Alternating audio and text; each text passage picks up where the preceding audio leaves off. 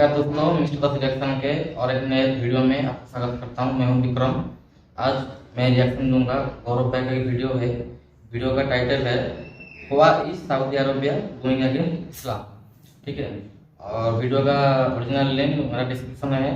और गौरव भाई का चैनल को सब्सक्राइब कर लेना और मेरा चैनल को भी जरूर सब्सक्राइब करना।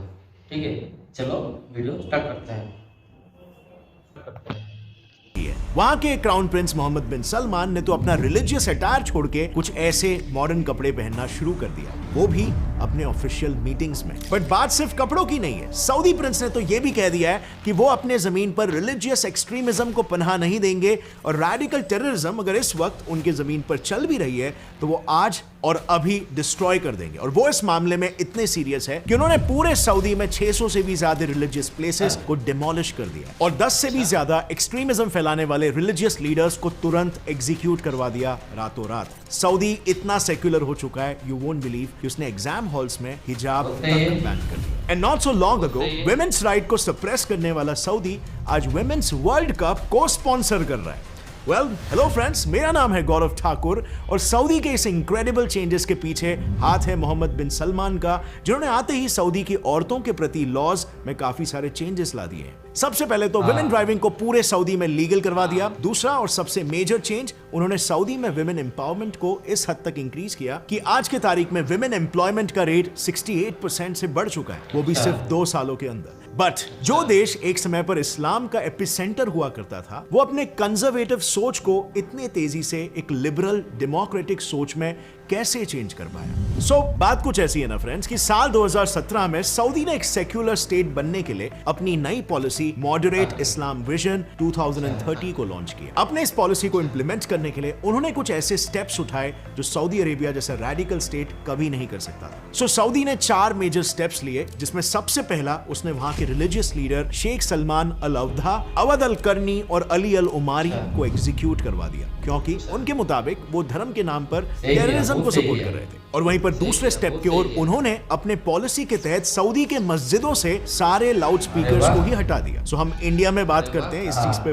वाद विवाद होता है, बट सऊदी अरेबिया ये डिसीजन खुद ले चुका है। अब तीसरा और सबसे मेजर स्टेप उन्होंने ये लिया कि उन्होंने सीधे मस्जिदों के अंदर की जहाँ से इस्लाम स्टार्ट हुआ है वहाँ पे इस्लाम हो रहा है, लेकिन जो बाद में कन्वर्जन हुए हैं इस्लाम में, वो सब बोलने में हम पूरा प्रॉपर मुसलमान। देखो सऊदी अरबिया से इस्लाम स्टार्ट हुआ था, देखो उनका जो मस्जिद में साउंड लाउड स्पीकर जो है वो सब बैन हो गया है। लेकिन इंडिया में हुआ, इंडिया में अब किसी के लाउड स्पीकर की बात कर लो, कैसा दंगा हो जाता है, कट्टरपंथी निकल आता है। उन लोगों को देखना चाहिए जहाँ से इस्लाम स्टार्ट हुआ है, देखना चाहिए हम क्या हो रहा है, ये सब फर्क क्या हो रहा है, क्यों। ठीक है, चलो वीडियो में आगे बढ़ते हैं।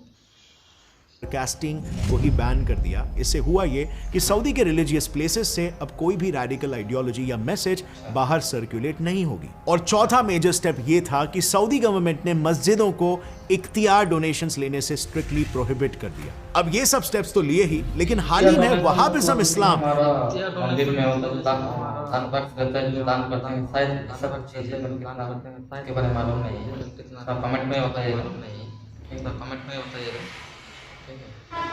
जो सऊदी की बेसिक आइडियोलॉजी थी उसे भी सऊदी ने प्रमोट करना बंद कर दिया, जिसे वो एक टाइम पर भरपूर प्रमोट किया करता था। और इनफैक्ट उन्होंने तो अब इन वहाबिज्म हेरिटेज साइट्स को किसी भी रिलीजन के टूरिस्ट के लिए ओपन कर दिया है।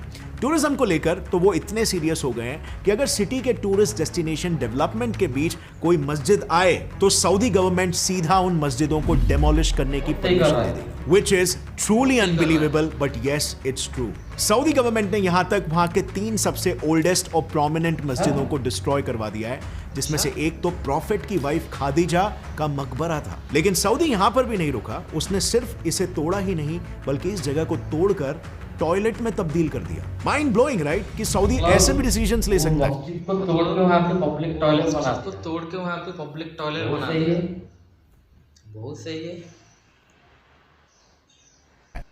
इस टूरिज्म प्रोजेक्ट के तहत सऊदी ने आज 1000 से भी ज्यादा इस्लामिक कल्चरल साइट्स पर बुलडोजर्स चलाए हैं, जिस पर वो अब शॉपिंग सेंटर्स, स्काईस्क्रेपर्स और लग्जरी होटल्स बना रहे हैं। अब जाहिर सी बात है, सऊदी के स्टेप से कई सारे इस्लामिक कंट्रीज, टर्की उससे नाराज हो गए हैं, लेकिन इसके बावजूद भी सऊदी ने डेवलपमेंट को थमने नहीं दिया। बट उनके नाराज होने का सिर्फ यही एक कारण नहीं है।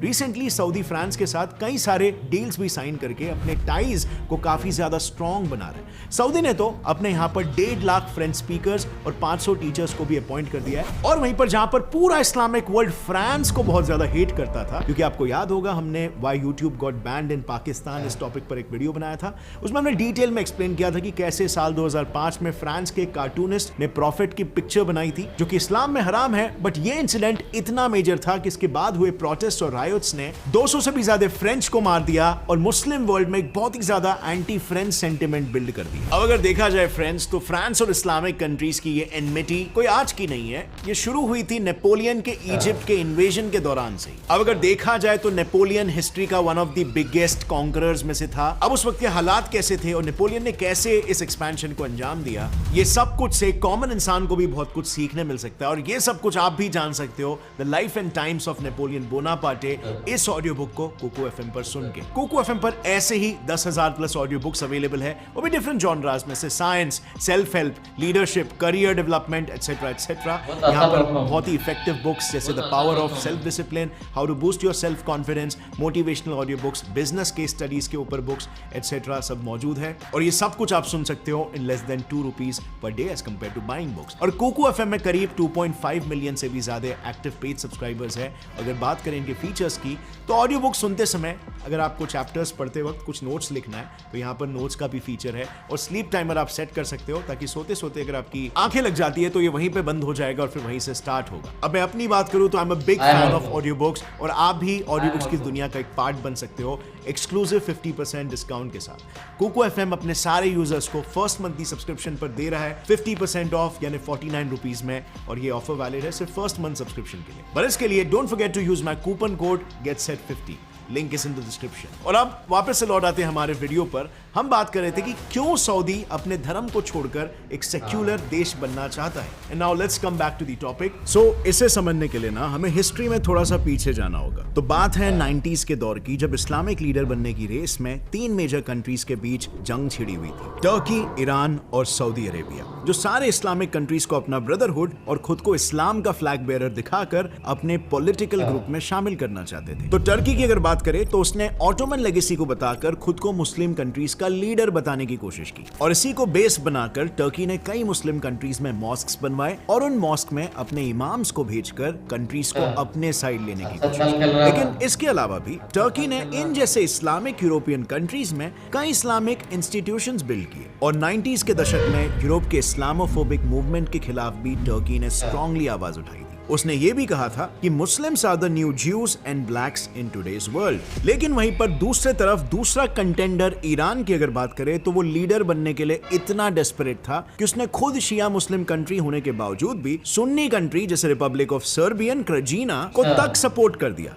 इतना ज्यादा सपोर्ट कि ईरान ने उनको वॉर लड़ने के लिए ट्रेनिंग, डायरेक्शन से लेकर आर्म्स तक सब कुछ प्रोवाइड किया। बट इन दोनों कंट्रीज, टर्की और ईरान के लाख कोशिशों के बाद भी सऊदी इस्लामिक हब और लीडर बनने में कामयाब हुआ। तो बात है 1970s की, जब यूरोप और यूएस ने इजराइल को सपोर्ट किया था। तब ओपेक कंट्रीज के थ्रू सऊदी ने इन जगहों पर ऑयल क्राइसिस क्रिएट कर लिया था। अब इसमें सऊदी ने ऑयल प्राइसेस को मैनेज करते हुए यूएस और यूरोप पर एक डोमिनेटिंग पोजीशन हासिल कर ली थी, और इससे सऊदी की इकोनॉमी एक्सपोनेंशियली ग्रो हो रही थी। और यूएस और यूरोपियन रिलेशन से इस्लामिक वर्ल्ड में सऊदी की इमेज भी काफी बढ़ रही थी। अब इस ऑयल इकोनॉमी से आए पैसे को सऊदी ने इस्लामिक कंट्रीज में रेडिकलाइजेशन फैलाने में भरपूर यूज किया, जैसे बाल्कन वॉर में मुस्लिम कंट्रीज को सपोर्ट करना, पाकिस्तान में फंडिंग को बढ़ाना एटसेट्रा एटसेट्रा। इसका रिजल्ट ये हुआ कि सऊदी लगभग हर मुस्लिम नेशन की फर्स्ट प्रायोरिटी हो गई। अब इस पोजीशन को सऊदी ने और भी स्ट्रांगली मेंटेन किया जब उसने यूएस बैंड ऑर्गेनाइजेशन हरमैन फाउंडेशन को यूएस के विरोध के बाद भी फाइनेंस किया, जिससे अगेन उसका position as a leader of the Islamic world reinstate हो गया। लेकिन अब हाल ही की बात करें तो सऊदी के इस लीडरशिप को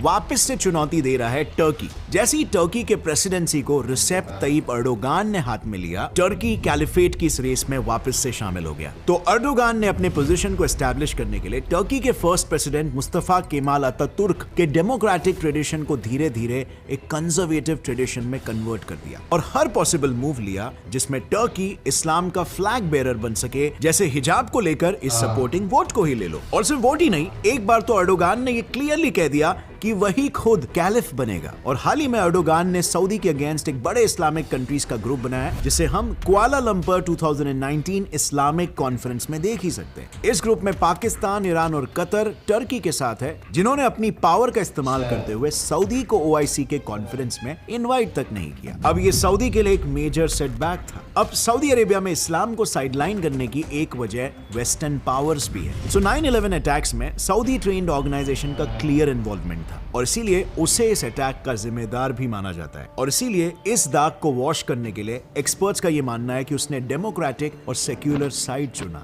क्योंकि वो आज के टाइम के हिसाब से वेस्टर्न पावर से 9/11 में लादेन वो भी तो सऊदी अरेबिया का बासिंदा था ना, वो ठीक है, वो देश से निकाल दिया था फिर भी तो, लेकिन उसका कहाँ से था, सऊदी अरेबिया था, तो इसीलिए उसको बहुत गिल्टी फील हुआ होगा, वही बात फील हुआ होगा।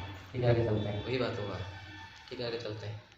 पैर लेना बिल्कुल भी अफोर्ड नहीं कर सकता। पर इसमें टर्की और वेस्टर्न एंगल के अलावा भी एक सबसे मेजर साइड है ग्लोबली चेंजिंग ऑयल इकोनॉमी का, जिस पे सऊदी पूरा का पूरा डिपेंडेंट था और जो समय के साथ साथ डिक्लाइन पर जाते जा रही है। सो फैक्ट की बात यह है ना फ्रेंड्स कि कोविड के बाद ऑयल प्राइसेस बहुत तेजी से नीचे गिरने लगे और स्पेशली सऊदी के ऑयल प्राइसेस सीधे 25% से नीचे गिर चुके हैं। अब इस डाउनफॉल से सऊदी इकोनॉमी इस हद तक इंपैक्ट हुई है कि सऊदी को पहली बार अपनी दुनिया की सबसे प्रॉफिटेबल कंपनी कही जाने वाली सऊदी अरामको के $25 बिलियन वर्थ के शेयर्स तक बेचने पड़े। गवर्नमेंट को भी देश में पहली बार वैट सीधा 3 गुना बढ़ाना पड़ा। और अगर पॉपुलेशन की बात करें तो सऊदी के ऑयल की खोज के वक्त वहां पर सिर्फ 20 लाख लोग थे, जो आज अराउंड 2.4 करोड़ यानी 10 गुना बढ़ चुके हैं, जिसका सीधा इंपैक्ट उनकी ऑयल इकोनॉमी पर हुआ है। और पैंडेमिक सिचुएशन में उसका सरवाइव करना तो बहुत डिफिकल्ट हो गया था। इन सारी मुसीबतों के बीच रशिया और यूक्रेन के वॉर क्राइसिस ने सऊदी को एक बार फिर से ऑयल इकोनॉमी पर डिपेंडेंसी के बारे में सोचने पर मजबूर कर दिया, बिकॉज वॉर के सिचुएशन ने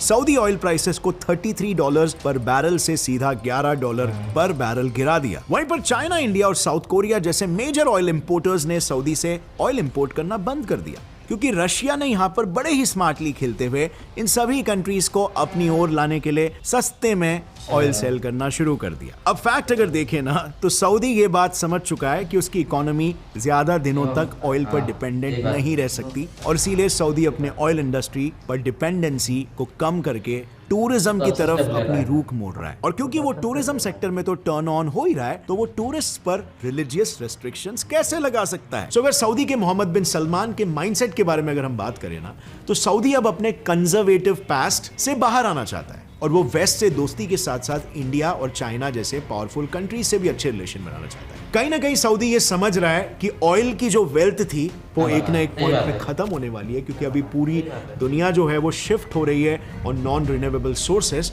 तो उन्हें कुछ ना कुछ पैसे कमाने का, इकोनॉमी चलाने का दूसरा रास्ता ढूंढना होगा, जैसे UAE ने ढूंढा था। बट यही बात दूसरे एक्सट्रीमिस्ट कंट्रीज जैसे पाकिस्तान अभी तक नहीं समझे, और वो भी अपने कंजर्वेटिव एरा पर ही चल रहे हैं, जिसकी वजह से पाकिस्तान की इकोनॉमी कोलैप्स हो चुकी है। लेकिन एक्चुअली फ्रेंड्स, क्या आपको पता है, और ये बहुत कम लोग जानते हैं, कि पाकिस्तान के डिक्लाइन में एक और एक एंगल है। अगर 2016 में इंडिया में डीमोनेटाइजेशन नहीं हुआ होता तो शायद आज पाकिस्तान की ये हालत नहीं हुई होती। And yes, I can prove you how. In fact इस पे मैंने एक डिटेल वीडियो बनाया जो आप यहाँ पर क्लिक करके देख सकते हो। बहुत ही इंटरेस्टिंग पर्सपेक्टिव है, इसके बारे में ज्यादा लोग बात नहीं करते। जाने से पहले फ्रेंड्स, यूरोप पर राज करने वाले नेपोलियन की लाइफ से अगर आप इंस्पिरेशन लेना चाहते हो तो डिस्क्रिप्शन लिंक से कुकू FM ऐप डाउनलोड कर लो। Use coupon code GETSET50 to get 50% off. And as always, stay curious, keep learning and keep growing. जय हिंद। ठीक है दोस्तों, वीडियो यहाँ पे खत्म हो गया है। मैं पहली बात बताता हूँ, जो हमारे अभी हमारा गल्फ कंट्री है, सब UAE हो गया, सऊदी अरब हो गया, दुबई हो गया, वो सब क्या ऑयल के ऊपर डिपेंडेंट है। लेकिन फॉसिल ऑयल तो लिमिटेड है, ऐसा नहीं कि अनलिमिटेड है। उनको सऊदी अरब के मालूम पड़ गया है कि एक ना एक दिन वो ऑयल खत्म होगा ही होगा।